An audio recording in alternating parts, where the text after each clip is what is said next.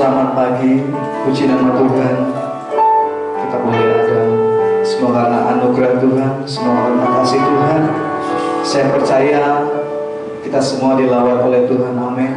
Kita semua mengalami pemulihan dari Tuhan. Sebelum kita akan memulaikan ibadah ini, kita akan berdoa. Kami bersyukur Tuhan Yesus buat pagi hari ini. Engkau masih memberikan kami kesehatan, Engkau masih memberikan kami kekuatan Tuhan, untuk kami boleh ada Tuhan untuk beribadah kepada Engkau Tuhan.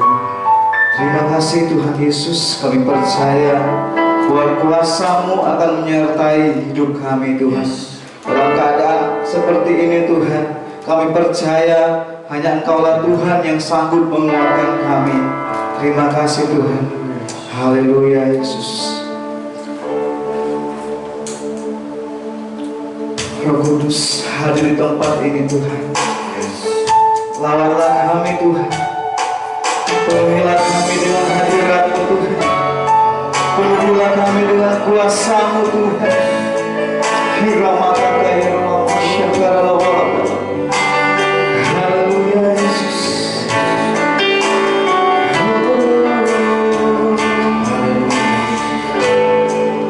Kita katakan pujian ini.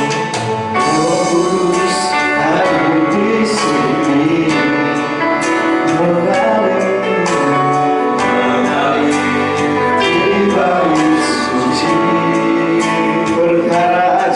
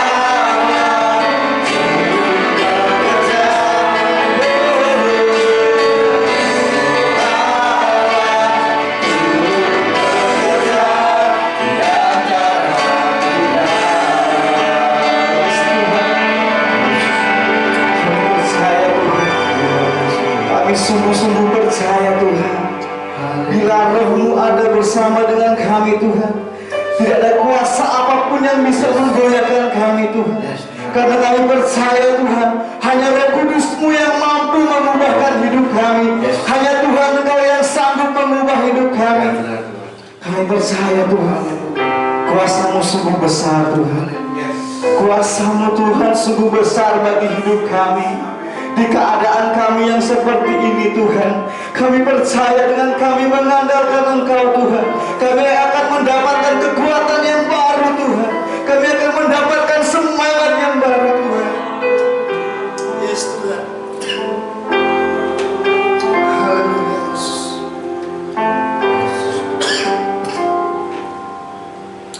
Yes Tuhan. Sungguh besar setiap-Mu, nyata dalam setiap hidup kami Tuhan. Setiap-Mu Tuhan, tidak ada yang bisa mengalahkan kesetiaan-Mu Tuhan. Yes Tuhan. Oh.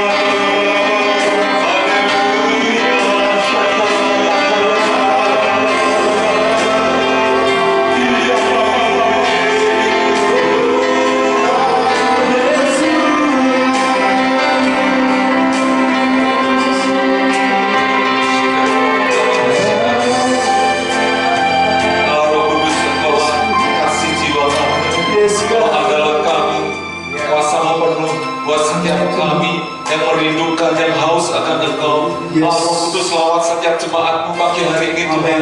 Di awal di bulan Juni ini Tuhan, kami mau berserah kepadamu Tuhan. Karena Engkau mau menguatkan setiap kami, mau memimpin kami, membuka mata kami, membuka hati kami untuk lebih lagi mendekat kepada Engkau Tuhan. Allah Roh Kudus, jamah setiap kami, jamah hati kami, celingkan hati kami untuk lebih lagi bersama dengan Engkau di dalam firman, di dalam doa dan kerinduan hati kami. Jamah setiap kami Allah. Pagi hari ini kami dedikasikan hidup kami, waktu kami hanya untuk Engkau. Kami mau Kau pakai lebih lagi Allah Roh Kudus untuk menyatakan kemuliaan-Mu dan kerajaan-Mu di tengah-tengah kami. Terima kasih Allah Roh Kudus. Terima kasih Allah Roh Kudus. Sebentar kami dengar firman, sucikan dan kuduskan setiap kami. Teristimewa pada pagi hari ini, kami mau bersama-sama menikmati jamuan yang Kau berikan, yaitu tubuh dan darah-Mu sendiri yang memulihkan dan menguatkan kami. Terima kasih Tuhan Yesus. Terima kasih Allah Roh Kudus. Kami siap dengarkan firman-Mu di dalam satu nama Tuhan kami Yesus Kristus. Kami sudah berdoa dan mengucap syukur.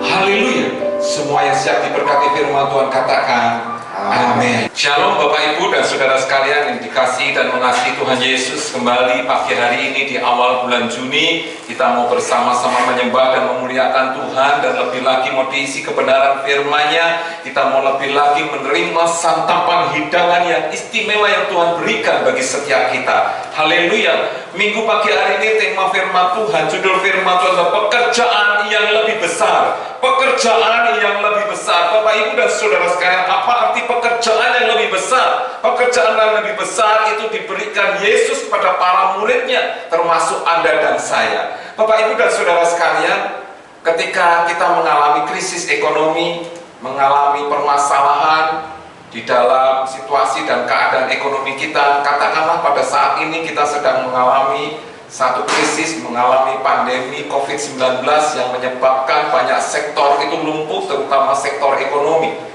Satu kali ada seorang karyawan yang terpaksa dirumahkan karena keadaan tidak berjalan, ekonomi kurang berjalan. Tetapi sang pemuda ini tidak putus asa. Sang pemuda ini memutar otaknya dengan apa yang ada pada dia, dengan keahlian dan kemampuan dan semangat yang masih tertinggal dalam dirinya. Si pemuda ini mencoba bangkit kembali, berdiri dan bangkit kembali, dan dia tidak mau terpuruk oleh satu keadaan, karena dia tahu dia tidak diciptakan untuk satu keadaan. Kemudian dia mulai berinovasi, saudara. Dia mulai melihat, ya, di dunia bisnis itu, di dunia makanan khususnya, ada yang namanya bakpao, saudara. Dia berpikir bakpao itu warnanya putih, bagaimana kalau bakpao itu berwarna, ya. Kemudian dia mulai inovasi, mulai mengamati, dan kemudian timbullah ide menciptakan bakpao yang bukan hanya dari gandum tapi dari talas. Maka muncullah yang namanya bakpao talas, saudara. Bakpao talas ini warnanya ungu, saudara. Ya, ini saya dengar, saya lihat dari media sosial juga, dari televisi, bagaimana dia bercerita. Dia mulai menciptakan bakpao talas yang warnanya ungu dengan berbagai macam varian yang ada. Dan saat itu memang belum ada bakpao yang warnanya ungu, saudara, warnanya putih. Akhirnya ini menjadi trending, menjadi tersebar, menjadi banyak yang suka, dan akhirnya menjadi makanan khas di daerah Bogor sana, yaitu bakpao talas, saudara. Ya, akhirnya dia menjadi pengusaha bakpao yang sukses dan berhasil. Dari keterpurukan, dari situasi nol kembali, dia mencoba bangkit dan akhirnya melakukan pekerjaan yang lebih besar. Dia bukan menciptakan satu inovasi yang baru, bakpao sudah ada, saudara, tapi dia mulai melihat dan mengamati dan memodifikasi menjadi sesuatu yang lebih berguna, lebih hebat lagi.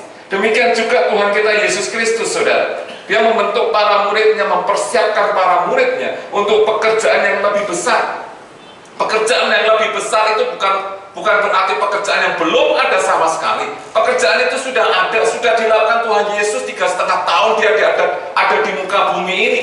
Tuhan Yesus memberitakan Injil, menyembuhkan orang, dan melakukan banyak hal untuk memproklamasikan kerajaan surga. Itu sudah ada. Tetapi Roh Kudus yang dijanjikan Yesus itu membuat para murid melakukan apa yang Tuhan Yesus pernah lakukan. Namun dikatakan pekerjaan yang lebih besar, dampaknya lebih besar, areanya lebih besar, cakupannya lebih besar. Dan ini sudah dijanjikan Yesus bagi para muridnya, saudara. Haleluya, ini yang luar biasa. Kenapa kok bisa lebih besar? Tidak lain tidak bukan karena Roh Kudus yang pertama. Yang kedua karena dorongan yang kuat dari para murid untuk merespon. Murid-murid merespon. Perhatikan beberapa waktu yang lalu, minggu-minggu yang lalu kita melihat ketaatan para murid bersekutu di loteng Yerusalem, menunggu bersama-sama. Ada satu ketaatan, ada satu dorongan, ada satu kerinduan lebih lagi untuk melakukan pekerjaan Tuhan, untuk meneruskan pekerjaan Tuhan Yesus, yaitu mendirikan kerajaannya di muka bumi ini. Maka Yesus memakai para muridnya menjadi pembuka jalan untuk pekerjaan yang lebih besar. Ada lagu yang namanya The Waymaker, saudara, pembuat jalan yang lebih lagi. Oleh karena karya Roh Kudus bersama dengan respon para rasul inilah, maka kita semua mengenal siapa Yesus, siapa Roh Kudus sampai saat ini dan sampai nanti Yesus datang kedua kalinya. Para murid orang yang biasa, para murid tidak sama dengan gurunya Yesus. Dia lebih muda, lebih junior karena dia murid dan Yesus adalah guru. Dia manusia biasa, Yesus adalah Tuhan. Para murid tidak memiliki apa-apa, ya. Dia hanya dari keluarga nelayan saja. Tapi karena respon yang begitu kuat terhadap janji Tuhan ini, maka terjadi sesuatu yang dahsyat. Proklamasi kerajaan Allah nyata di tengah-tengah dunia ini. Haleluya, inilah yang dahsyat dan luar biasa. Mari kita baca nats kita yang pertama, Bapak Ibu, yaitu di dalam Injil Markus pasal yang keempat ayat yang ke-32. Injil Markus pasal 4 ayat yang ke-32. Demikian firman Tuhan, Markus 4 ayat ke-32. Tetapi apabila ia ditaburkan, ia tumbuh menjadi lebih besar daripada segala sayuran yang lain dan mengeluarkan cabang-cabang yang besar, sehingga burung-burung di udara dapat bersarang di dalam naungannya. Haleluya, Yesus mengatakan ini pada para muridnya sebagai satu perumpamaan kerajaan Allah. Kerajaan Allah itu kecil, saudara, tapi ketika ditaburkan dan dibuat menjadi tumbuh, akhirnya akan tumbuh menjadi sangat besar dan bahkan dikatakan menjadi sarang, menjadi tinggal burung-burung di situ. Lebih besar daripada tumbuh-tumbuhan yang lainnya. Ini adalah gambaran kerajaan Allah yang bisa menjadi berkat bagi banyak orang. Menjadi berkat bagi banyak orang, tidak sama dengan tumbuhan yang lain. Ini sudah dikatakan Yesus ketika dia masih hidup bersama para muridnya, bahwa kerajaan Allah di dunia ini harus semakin besar. Harus semakin besar dan semakin besar. Petrus bahkan menyinggungnya di dalam suratnya, bahwa Yesus itu adalah batu-batu yang dibuang oleh tukang bangunan, tapi batu yang dibuang itu menjadi batu penjuru, bahkan sebagai batu sentuhan, tapi sekaligus sebagai batu sandungan. Mungkin Yesus tidak berharga di mata orang dunia, dan kita melihat seluruh kisah hidup Yesus 3,5 tahun banyak ditolak. Tetapi pada akhirnya ketika pekerjaan itu diteruskan oleh para muridnya, kita melihat dampak yang luar biasa, kekristenan yang tersebar di seluruh dunia ini. Dan inilah yang luar biasa dari apa yang dikerjakan Roh Kudus bagi setiap kita. Ketika Yesus memanggil para murid yang pertama kali, khususnya kita melihat pada diri Natanael, salah satu dari 12 orang murid Yesus. Yesus pernah berjanji bahwa engkau akan melihat hal-hal yang lebih besar lagi daripada itu. Kita bisa baca Yohanes 1 ayat 50b, saudara. Ketika itu Natanael berdiri di satu pohon dan Yesus berkata, mari ikut aku akan menunjukkan kepadamu hal-hal yang lebih besar.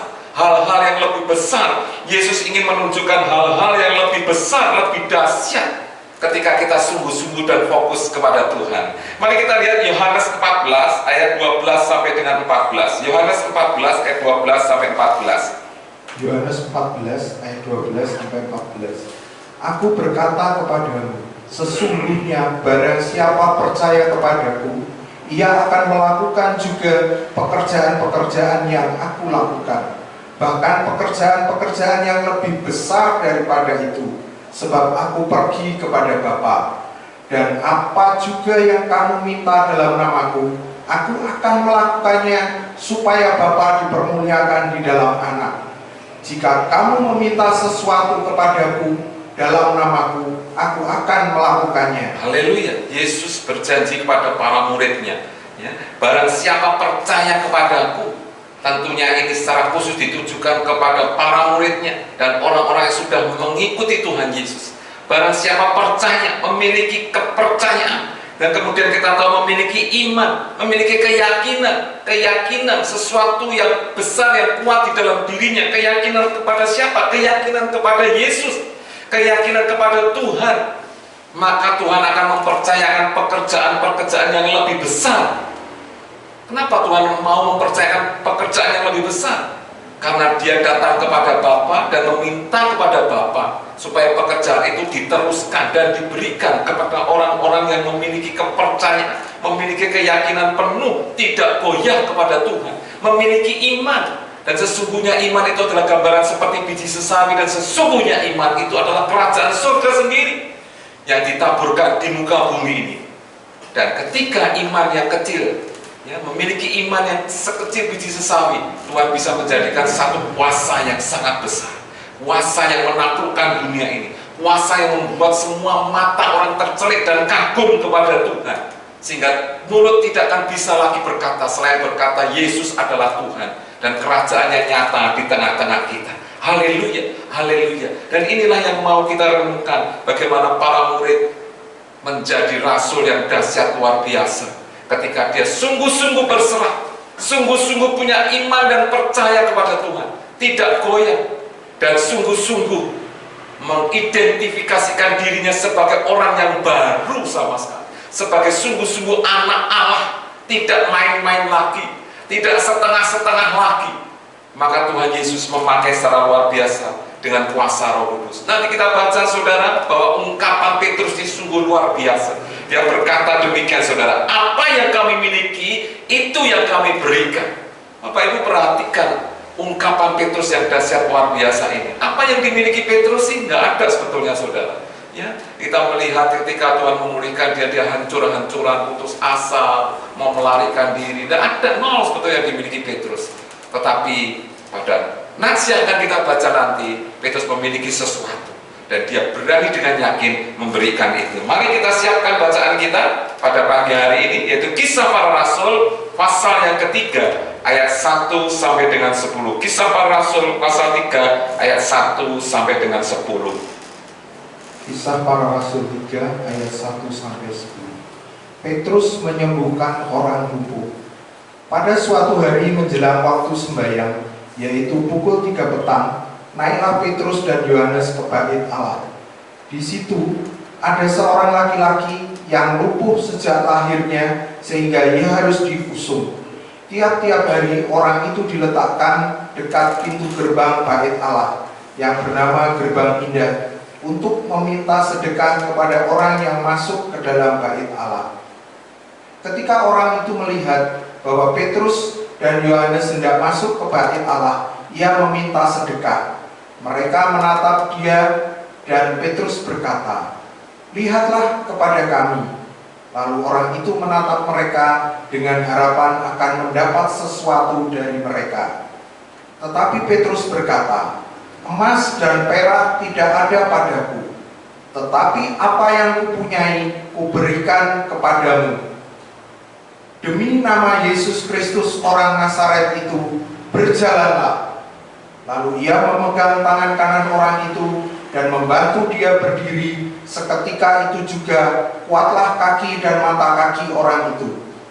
Ia melonjak berdiri, lalu berjalan kian kemari dan mengikuti mereka ke dalam bait Allah, berjalan dan melompat-lompat serta memuji Allah. Seluruh rakyat itu melihat dia berjalan sambil memuji Allah. Lalu mereka mengenal dia sebagai orang yang biasa duduk meminta sedekah di gerbang indah bait Allah, sehingga mereka takjub dan tercengang tentang apa yang telah terjadi padanya. Haleluya, haleluya. Kita merenungkan satu ungkapan Petrus yang dahsyat luar biasa, saudara. Dia berkata demikian, "Emas dan perak tidak ada padaku, tetapi apa yang kupunyai kuberikan kepadamu. Demi nama Yesus Kristus orang Nazaret itu, bangkit dan berjalanlah." Bapak Ibu dan saudara sekalian, inilah satu kuasa yang didasari dengan iman yang kuat. Kuasa yang mengubahkan, bukan kuasa untuk kepentingan diri sendiri atau untuk mendapat berkat pribadi, tapi kuasa untuk menyatakan kerajaan Allah. Dan itu nampak ketika kita melihat akhir dari kisah perikop ini, bahwa semua orang takjub, semua orang tercengang, artinya kaget, heran, terbuka matanya bahwa masih ada mujizat, masih ada perkara-perkara yang heran. Dan itu pasti mengingatkan semua orang akan nabi-nabinya yang diutusnya di dalam perjanjian lama, sehingga mereka bisa berkata, ternyata Tuhan tetap menepati janjinya.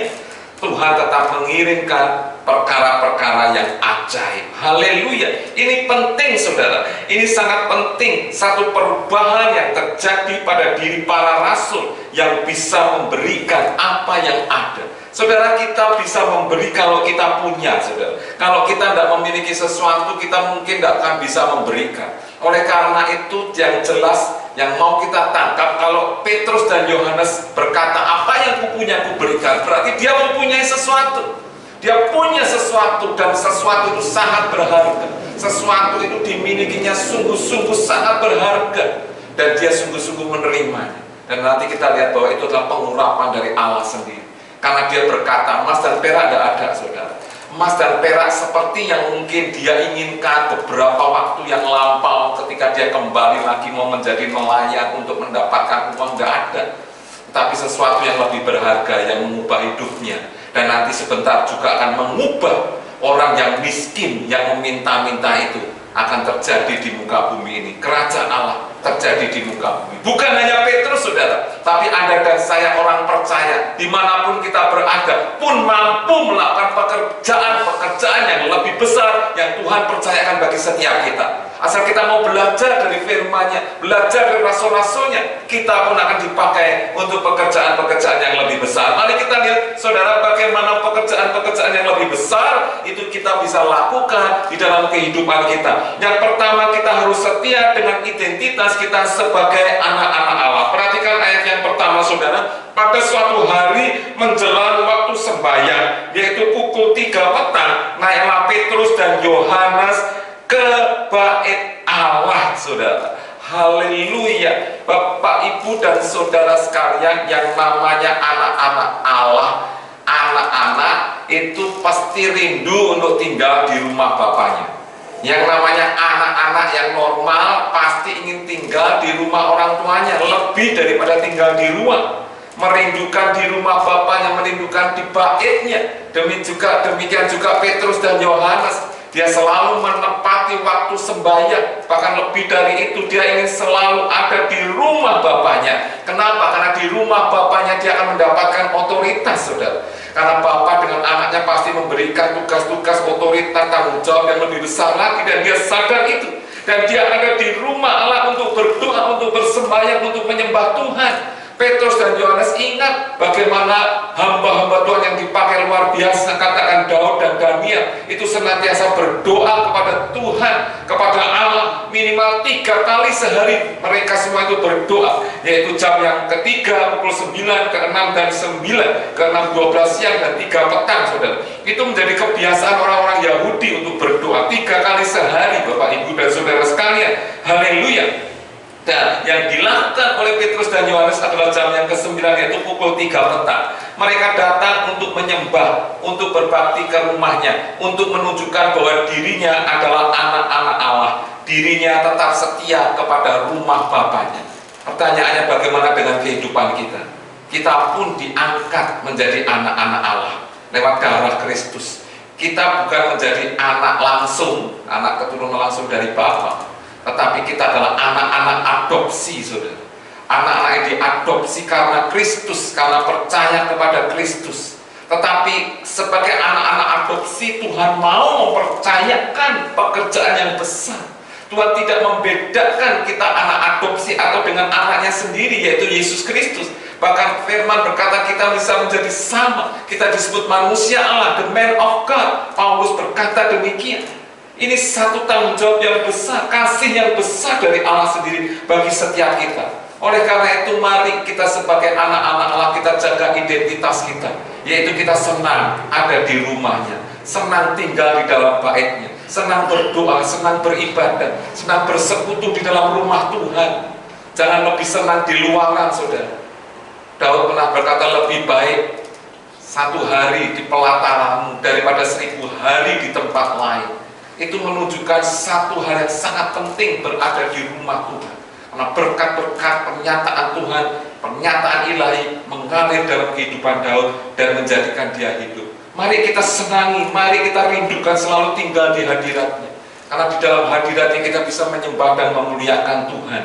Mari kita katakan, di hati inilah rumahmu, di hati inilah rumahmu, di hati inilah baitmu, kemanapun ku kan berada, senantiasa kau pun ada. Yesus sudah berkata bahwa bait Allah sendiri ada di dalam kehidupan orang-orang percaya. Tuhan Yesus berkata, runtuhkan bait Allah ini, dalam 3 hari aku akan membangunnya, yaitu di dalam tubuh orang percaya ini. Mari Bapak Ibu kita senantiasa mengenakan Kristus dan baitnya di dalam kehidupan kita. Kita tidak dibatasi 4 dinding tembok gereja, tapi kita boleh di mana saja beribadah, menyembah, memuliakan Dia, mengagungkan Dia. Terlebih ketika ada rumah ibadahnya, kita gunakan untuk menyembah bersama-sama, untuk memuliakan Tuhan, mengagungkan Tuhan. Yang kedua, bagaimana pekerjaan-pekerjaan lebih besar bisa kita lakukan? Memperhatikan kebutuhan orang lain, saudara. Memperhatikan kebutuhan orang lain. Perhatikan orang-orang Yahudi datang ke rumah ibadah. Ini hanya sebagai satu kewajiban saja. Ingin dilihat bahwa mereka ini memang orang-orang Yahudi yang melaksanakan kewajiban Yahudinya. Itu cukup bagi mereka. Tapi itu ternyata tidak cukup bagi Petrus dan Yohanes. Kenapa? Karena pergi ke rumah Bapa, datang ke baitnya, harus membawa dampak, harus membawa jiwa, harus membawa perubahan-perubahan. Karena kerajaan Allah identik dengan perubahan, kerajaan Allah identik dengan pertumbuhan. Bukan hanya statis saja, bukan hanya tetap saja, tapi harus ada pertumbuhan, harus ada perubahan demi perubahan daripada agen-agen kerajaan Allah itu yang senantiasa beribadah di baitnya. Maka Petrus dan Yohanes memperhatikan sekelilingnya, memperhatikan orang, bukan hanya memperhatikan gedung, bukan memperhatikan tata upacara, bukan hanya memperhatikan liturgi, tetapi memperhatikan jiwa, melihat kepada jiwa, jiwa yang haus, jiwa yang lapar, jiwa yang penuh tekanan, ingin dibebaskan, jiwa yang tertekan, terbelenggu. Itulah yang diperhatikan oleh Petrus dan Yohanes, saudara. Dan kuasa roh ada di dalam diri setiap mereka. Oleh karena itu, ketika mereka mulai menginjakkan kakinya ke dalam bait Allah, tentu Petrus dan Yohanes sudah berdoa, aku ingin satu perubahan yang besar. Ya, aku ingin menunjukkan kerajaan Allah bukan sekedar hanya ibadah saja, tapi sesuatu pekerjaan yang lebih besar. Ternyata Tuhan kabulkan, karena di situ ada seorang yang sedang mengemis, meminta sedekah di gerbang indah. Gerbang indah adalah gerbang satu-satunya gerbang paling besar, keluar masuk orang-orang yang sedang beribadah, jemaat yang beribadah, dan memberi sedekah bagi aturan agama Yahudi merupakan satu keharusan, merupakan satu pahala. Berapapun besar sedekah yang diberikan kepada orang yang miskin, yang lemah, yang timpang, yang lumpuh, itu memiliki pahala. Dan mereka sudah menjadi satu kebiasaan begitu saja memberikan kepada orang yang lumpuh. Mereka tidak peduli kepada orangnya, mereka lebih fokus kepada tindakannya memberi. Tapi Petrus dan Yohanes lebih fokus kepada pribadi orang ini. Dan Roh Kudus ceritakan, bukakan kepada Petrus bahwa sesungguhnya bukan uang, bukan materi yang orang lumpuh ini inginkan. Bukan uang, bukan materi. Uang dan materi sudah biasa, seringkali mereka sudah dapat. Mungkin mereka tidak hanya di bait Allah, meminta-minta di pinggir jalan pun bisa mendapatkan uang. Tetapi Petrus dan Yohanes oleh kuasa Roh Kudus bisa melihat bahwa kebutuhan sesungguhnya adalah kebebasan dirinya. Kebebasan, yaitu dia bisa datang ke bait Allah, masuk ke bait Allah, diterima oleh orang-orang di situ. Karena orang lumpuh dan cacat tidak boleh masuk bait Allah, dan tidak ada satupun yang mau membantu masuk ke dalam bait Allah. Bapak, Ibu, dan saudara sekalian, jiwa yang tertekan, jiwa yang terbelenggu inilah yang dilihat oleh Petrus dan Yohanes. Petrus dan Yohanes oleh kuasa Roh Kudus melihat satu kerinduan besar dari orang lumpuh ini. Perhatikan baik-baik, kemudian dia menatap orang ini dalam-dalam, saudara. Haleluya, haleluya. Orang lumpuh ini melakukan satu kebiasaan, yaitu meminta sesuatu. Meminta sesuatu kepada orang-orang yang akan masuk di situ. Tetapi Petrus dan Yohanes berkata demikian, saudara. Mari kita lihat, saudara. Ayat yang keempat. Mereka menatap dia, Petrus dan Yohanes menatap dia, dan Petrus berkata, lihatlah kepada kami, lihatlah kepada kami. Petrus menatap dalam-dalam, fokus kepada orang ini, matanya tertuju kepada orang ini sepenuhnya, dan dia berkata, lihatlah kepada kami. Petrus meminta orang lumpuh ini juga memandang kepada Petrus, dan ketika mereka berdua beradu pandangan ini, Petrus sungguh-sungguh bisa mengerti bahwa orang ini membutuhkan kuasa dan mukjizat kelepasan dari segala keterbelengguan fisiknya ini.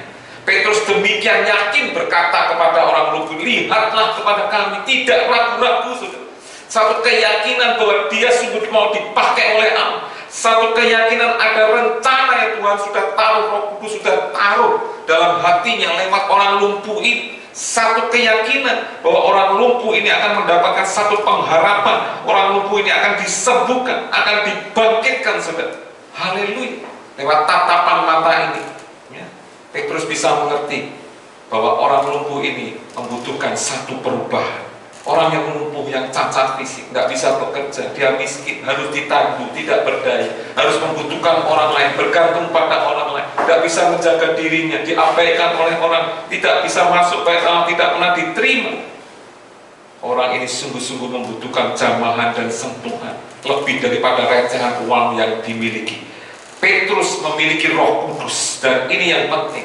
Roh Kudus memunculkan kasih, belas kasihan, dan perhatian di dalam dirinya kepada jiwa-jiwa yang letih, lesu, dan beban berat ini. Saudara, inilah yang penting yang harus kita lakukan.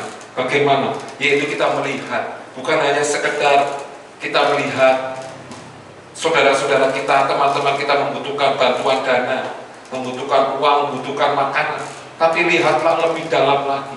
Apa sesungguhnya yang dirindukan? Mungkin dia merindukan untuk bisa beribadah, untuk menyembah Tuhan, untuk kebebasan dari segala ikatan, tekanan, dan sebagainya. Mungkin dia butuh untuk didengarkan, mungkin dia butuh untuk disapa. Dan itu menjadi lebih penting. Hal yang rohani, spiritual itu lebih utama daripada hal yang sekedar fisik saja. Dan itu ternyata kita lihat nantinya. Bapak, Ibu, dan Saudara sekalian, mari ketika kita mau dipakai untuk melakukan pekerjaan lebih besar, kita meresponi dengan melihat, memandang kepada orang, memandang kepada jiwanya, memandang kepada rohnya. Bagaimana pekerjaan lebih besar bisa kita lakukan yang ketika adalah membagikan apa yang dimilikinya, membagikan apa yang dimilikinya. Petrus berkata, apa yang kupunyai, kuberikan kepadamu. Apa yang dipunyai Petrus, saudara? Yaitu hadirat Allah, pengurapan Roh Kudus sendiri yang dia dapat ketika dia berkumpul di lenteng Yerusalem itu. Kuasa Roh Kudus dengan manifestasinya, dengan kuasa yang dahsyat, itu yang dia miliki, itu yang dia yakini, dan itu menjadi modal dia. Walaupun dia tidak punya apa-apa, dia miskin, dia nelayan biasa saja, tetapi dia bisa dengan yakin berkata, yakin, penuh keyakinan, emas dan perak tidak aku miliki. Padahal itu sesungguhnya yang dilihat banyak orang yang dibutuhkan oleh orang lumpuh tersebut. Tapi Petrus melakukan yang di luar kebiasaan. Emas dan perak tidak kumiliki, tapi apa yang kumiliki kuberikan kepadamu. Tentu orang lumpuh ini menantikan apa yang kumiliki, apa yang dimiliki Petrus yang mau diberikan. Tapi dia berkata, demi nama Yesus Kristus orang Nazaret itu, bangkit dan berdirilah. Kemudian Petrus memegang tangan orang itu dan mengajaknya berdiri. Saudara, karena mata orang yang lumpuh ini tidak pernah lepas dari mata Petrus dan terus memandang dengan penuh harap, dengan kerinduan, maka tergeraklah, ada kuasa yang keluar dari diri Petrus untuk menggerakkan orang tersebut bangkit berdiri, meninggalkan kemapanan, meninggalkan kenyamanan. Saudara, tidak gampang membuat orang lumpuh bangkit berdiri. Mungkin diberi uang banyak pun belum tentu dia mau berdiri, karena dia sadar dia lumpuh, tidak akan mungkin bisa berdiri, takut nanti jatuh, nanti sakit. Tetapi ada kuasa yang bekerja yang luar biasa lewat diri Petrus ini, sehingga orang lumpuh ini tidak takut-takut lagi untuk menggerakkan dirinya, untuk mulai bangkit dan berdiri. Dan faktanya mereka, orang yang lumpuh ini bisa berdiri, sudah bisa berdiri dengan baik, dan bahkan lebih daripada itu. Bapak, Ibu, dan Saudara sekalian, orang lumpuh ini membutuhkan pemulihan. Adakah kita berani berkata bagi banyak orang sekeliling kita, demi nama Yesus, nama Yesus, nama yang penuh kuasa, kuasa Allah Roh Kudus yang dibutuhkan oleh saudara-saudara seiman kita, lebih daripada harta, lebih daripada makanan. Kekuatan Roh Tuhan sendiri itu lebih dibutuhkan. Kerajaan Allah itu lebih dibutuhkan oleh orang-orang sekeliling kita. Beranikah kita berkata bangkit dan berjalan? Mari kita bangkit dan berjalan. Itu menjadi penting dan sangat penting, saudara. Karena kemandekan, kemapanan itu akan menjadikan orang semakin hancur. Karena setiap manusia diciptakan bukan untuk diam, tapi untuk bergerak. Untuk bergerak, bergerak dan bergerak. Bergerak lebih lagi, menyatakan otoritas. Kerajaan Allah itu bukan hal yang statis. Kerajaan Allah adalah kerajaan yang dinamis, yang terus bergerak sampai ujung bumi.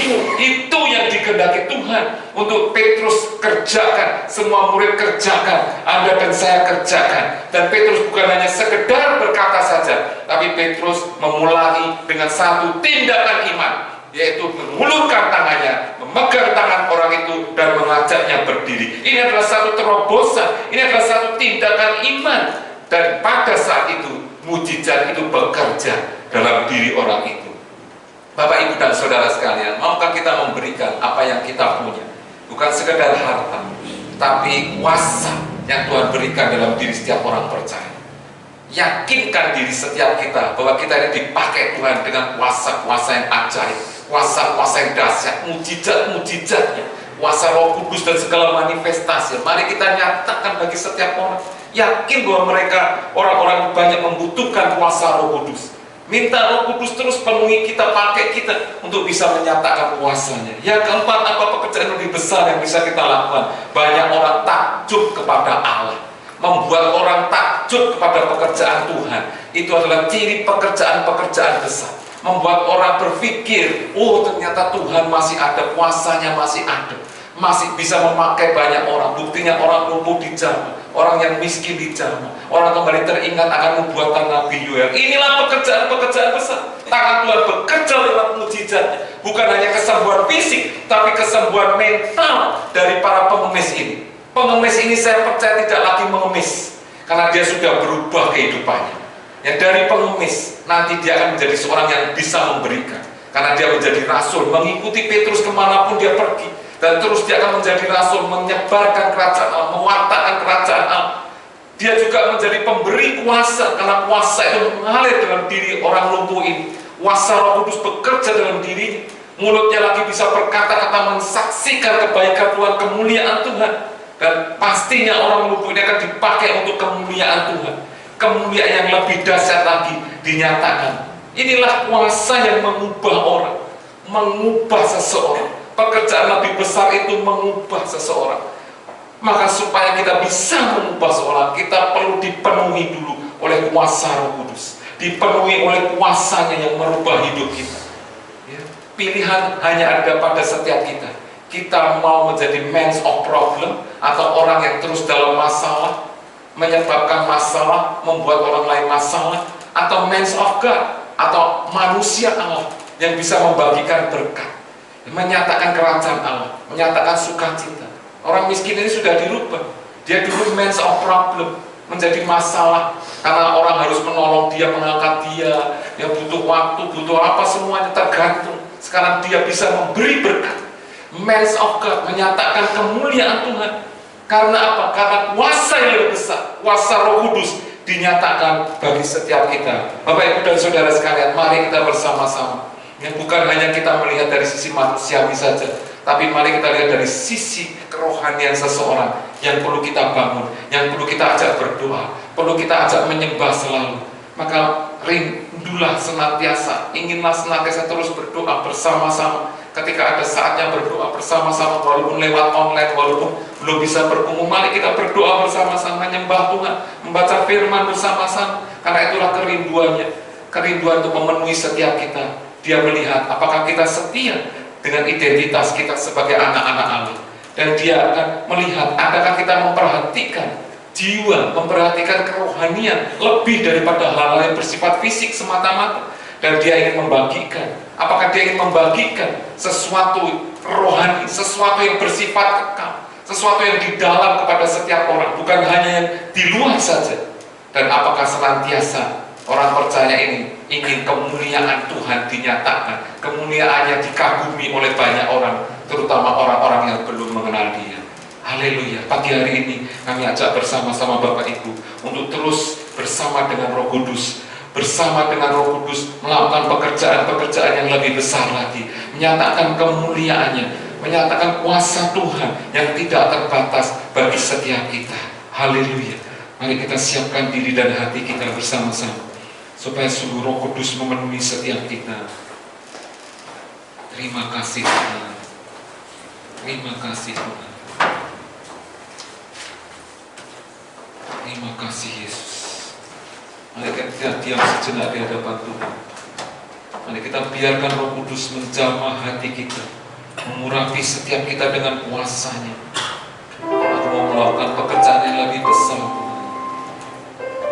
Terima kasih Tuhan. Terima kasih. Terima kasih Yesus. Terima kasih Tuhan. Terima kasih Yesus. Kuasa-Mu mengalir dalam hidup kami Tuhan. Kuasa-Mu bekerja. Yesus Tuhan ditinggikan, dimuliakan dan naik ke surga. Dia memberikan Roh Kudus-Nya, menguatkan dan menolong selalu. Terima kasih Tuhan. Mari kita katakan, Yesus Tuhan ditinggikan.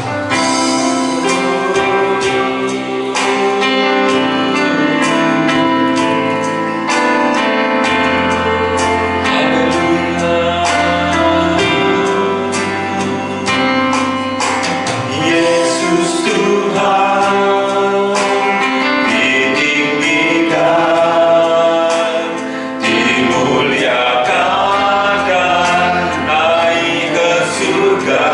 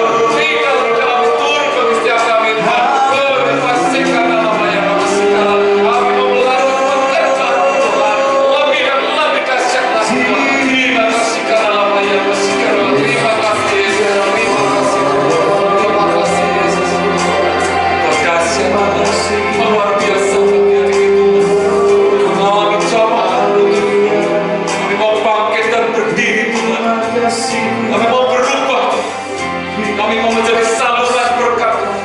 Kami mau memberkati dengan apa yang mampu kami punya, yang kami lakukan Tuhan.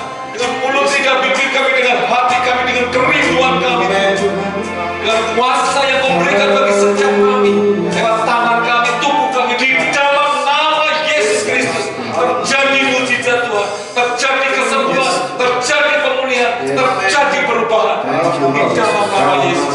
Terima kasih Tuhan Yesus. Terima kasih Tuhan. Kami percaya kuasa-Mu Tuhan. Ini kerinduan kami Tuhan. Pakai terus setiap kami Tuhan. Ampuni setiap dosa-dosa kami Tuhan. Ampuni setiap kelemahan kami Tuhan. Ampuni kami Tuhan. Ampuni Tuhan. Kami mau tinggalkan manusia lama kami Tuhan. Manusia lama yang bergantung pada dunia ini, menjadi manusia baru di dalam Engkau. Akan masuk ke ruang kudus Tuhan. Di dalam nama Yesus. Terima kasih Tuhan. Terima kasih Yesus. Biar firman-Mu terus tertanam dalam hidup kami, semakin dalam sehingga kami mengerti pikiran dan kehendak Tuhan itu dalam hidup kami. Terima kasih Tuhan. Sebentar kami mau sambut tubuh dan darah-Mu Tuhan. Tanda bahwa Engkau setia bagi kami, menyertai kami dengan kuasa-Mu Tuhan.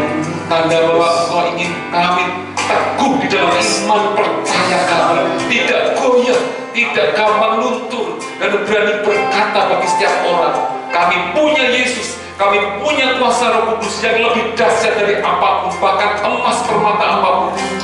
Terima kasih Tuhan Yesus, terima kasih Tuhan. Ampuni setiap dosa kami, layakkan kami menyambut tubuh dan darah-Mu di dalam satu nama Tuhan kami Yesus Kristus, Allah kami yang hidup. Haleluya. Mari Bapak Ibu, terutama para bapak yang tinggal di rumah, boleh mulai membagikan roti dan anggur kepada anggota keluargamu, kepada istri dan anak-anak, dan semua yang tinggal serumah dengan engkau. Dan mari pimpin kau sebagai imam di dalam keluarga. Mari ajak berdoa dan katakan dengan iman bahwa inilah sungguh tubuh dan darahnya yang diberikan bagi setiap kita, menjadi santapan, menjadi berkat yang tak terhingga dalam kehidupan setiap kita. Terima kasih Yesus. Terima kasih Tuhan. Terima kasih Yesus. Terima kasih Tuhan. Minta ampun pada Tuhan. Biarlah tubuh dan darahnya menjadi berkat dalam hidup kita, bukan menjadi kutuk, tapi menjadi berkat yang menguatkan setiap kita. Amin. Terima kasih Tuhan. Terima kasih Tuhan. Kami rindu menjadi agen-agen kerajaan Allah Tuhan.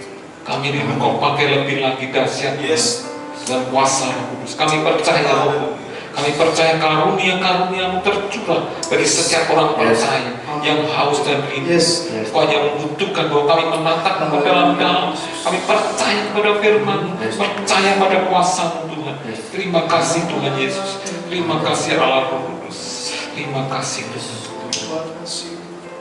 Mari Bapak Ibu dan Saudara sekalian, kita pegang roti di tangan kanan kita dan kita tinggi-tinggi. Inilah tubuhnya sendiri yang diberikan bagi setiap kita, supaya kita memperoleh kehidupan yang menang, menang terhadap segala kemapanan, kemandekan yang menyebabkan kita tidak mau bangkit, menyebabkan kita tetap tinggal di masa lalu kita. Mari kita lihat apa yang sudah dilakukan Yesus di atas kayu salib, memberikan tubuhnya, supaya tubuh kita yang fana kita tinggalkan dan kita berganti kepada tubuh yang kekal. Terima kasih Tuhan. Bapak Ibu dengarkan bunyi firman Tuhan. Sebab apa yang telah kuteruskan kepadamu telah aku terima dari Tuhan, yaitu bahwa Tuhan Yesus pada malam waktu Ia diserahkan mengambil roti, dan sesudah itu Ia mengucap syukur atasnya, Ia memecah-mecahkannya dan berkata, inilah tubuhku yang diserahkan bagi kamu. Perbuatlah ini menjadi peringatan akan aku. Bapak Ibu dan Saudara sekalian, inilah tubuhnya yang dipecahkan bagi kita, bagi kekuatan dan keselamatan kita. Bapak Ibu, jawab pertanyaan saya, bukankah roti yang kita pecah-pecahkan ini adalah persekutuan dengan tubuh Kristus? Amin. Mari kita makan bersama di dalam nama Tuhan Yesus Kristus. Terima kasih. Pegang cawan kita atas atas tangan kanan dan angkat tinggi-tinggi di atas kepala. Yesus sudah mencurahkan darahnya, menetes di muka bumi ini untuk memperbarui bumi ini. Darahnya tercurah bagi semua orang di muka bumi yang memandang dia, fokus kepada dia. Dan sekarang darahnya tercurah bagi setiap kita, supaya setiap orang yang percaya siap diperbaharui selalu, senantiasa, setiap waktu, sehingga semakin siap menyambut kedatangan kedua kali, menyatakan kerajaan Allah di muka bumi, dan terus diperlengkapi dengan kuasa-kuasa yang dahsyat. Dan firman-Nya berkata, bilur-bilurnya menyembuhkan, memulihkan, menguatkan setiap kita, sehingga kita dimampukan untuk bangkit dan berjalan selaras. Terima kasih Tuhan Yesus, terima kasih Tuhan. Pengorbanan berharga bagi kami semua Tuhan. Terima kasih Tuhan Yesus. Bapak Ibu dengarkan bunyi firman Tuhan. Demikian juga Yesus mengambil cawan sesudah makan, lalu berkata, cawan ini adalah perjanjian baru yang dimeteraikan oleh darahku. Perbuatlah ini setiap kali kamu minumnya, menjadi peringatan akan aku. Sebab setiap kali kamu makan roti ini dan minum cawan ini, kamu memberitakan kematian Tuhan sampai Ia datang. Terima kasih Tuhan buat darah-Mu yang mulia, yang kudus, yang suci ini menyucikan dan menguduskan kami semua. Bapak Ibu, jawab pertanyaan saya, bukankah cawan pengucapan syukur yang atasnya kita mengucap syukur adalah persekutuan dengan darah Kristus? Amin. Mari kita minum bersama di dalam nama Tuhan Yesus Kristus. Terima kasih Tuhan. Terima kasih Tuhan. Kami datang kepadamu, ya Yesus. Kami mengucap syukur Tuhan. Yes, Kau sungguh baik atas hidup kami Tuhan. Amin. Terima kasih buat firman-Mu pagi hari ini. Biarlah semuanya boleh terjadi di dalam hidup kami Tuhan.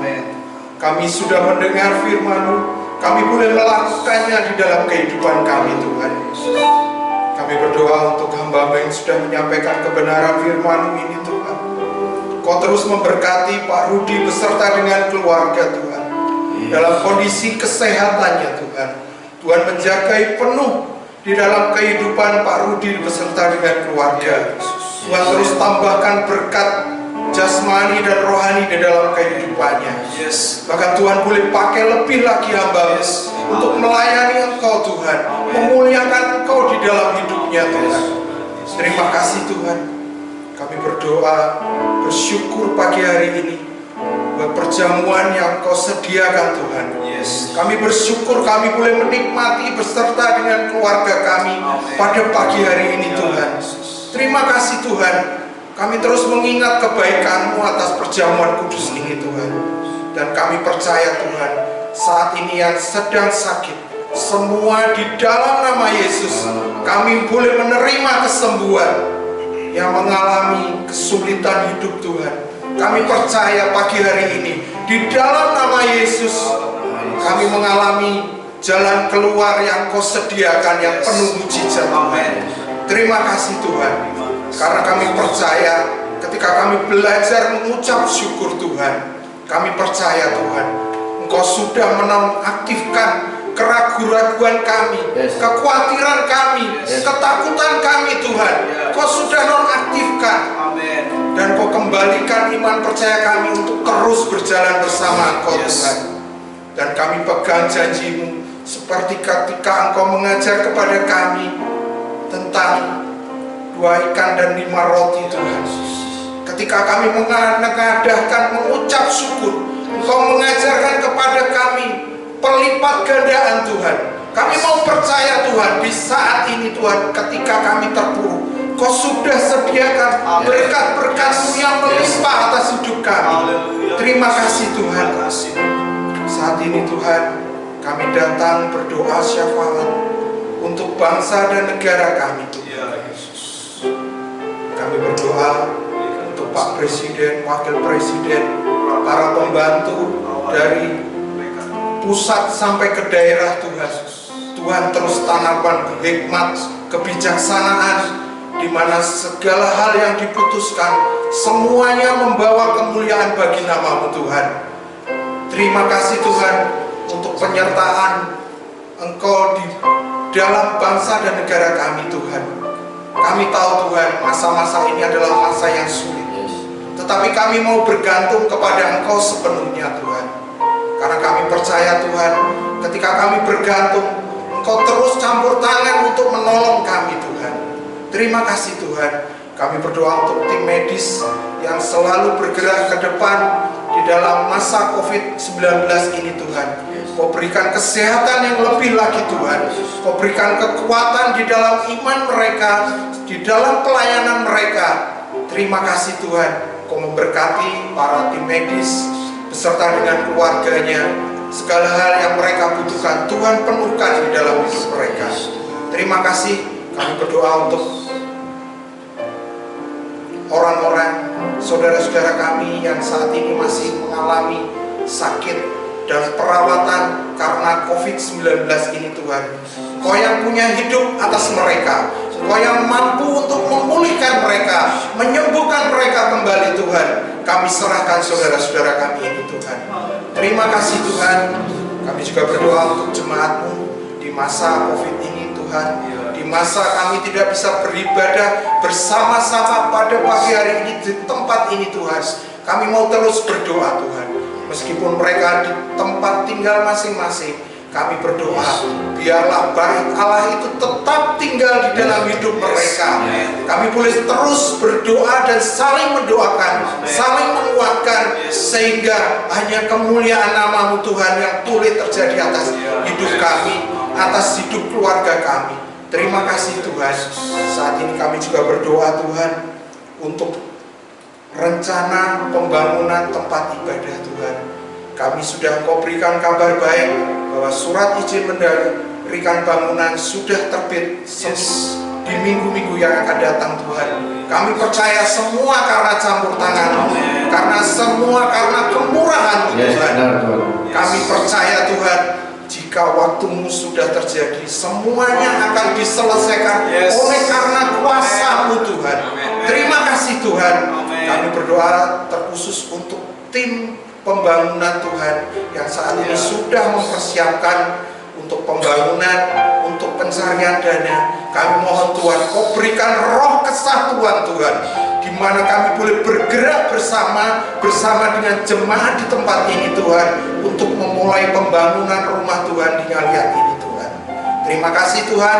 Kami serahkan doa kami yang jauh dari sempurna ini di dalam tangan kasih-Mu, di dalam iman percaya kami, di dalam satu nama Tuhan Yesus Kristus. Haleluya. Amin.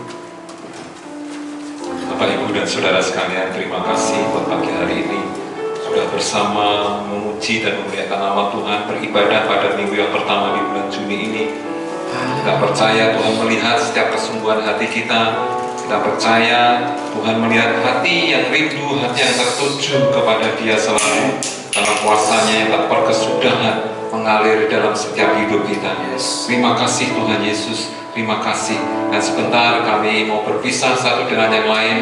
Kami rindukan berkat Tuhan mengiring kami, menyertai kami semua, sehingga setiap jalan-jalan yang kami semua lakukan, kita semua lakukan, senantiasa ada di dalam lindungan Tuhan, dalam ada penyertaan Tuhan. Mari Bapak Ibu angkat dua tangan kita dan kita terima berkat daripada Tuhan. Jemaat Tuhan, pulanglah dan terimalah berkat dari Allah Bapa, kasih karunia dari Tuhan Yesus Kristus, dan penyertaan kuasa dari Allah Roh Kudus. Tuhan memberkati engkau dan melindungi engkau. Tuhan menyinari engkau dengan wajah-Nya dan memberi engkau kasih karunia. Tuhan menghadapkan wajah-Nya kepadamu dan memberi engkau damai sejahtera mulai dari sekarang sampai Maranatha. Tuhan Yesus datang kedua kalinya. Mari kita terima berkat dari kerajaan surga di dalam Bapa, Anak, dan Roh Kudus, yaitu di dalam nama Tuhan Yesus Kristus. Haleluya. Semua terima berkat, katakan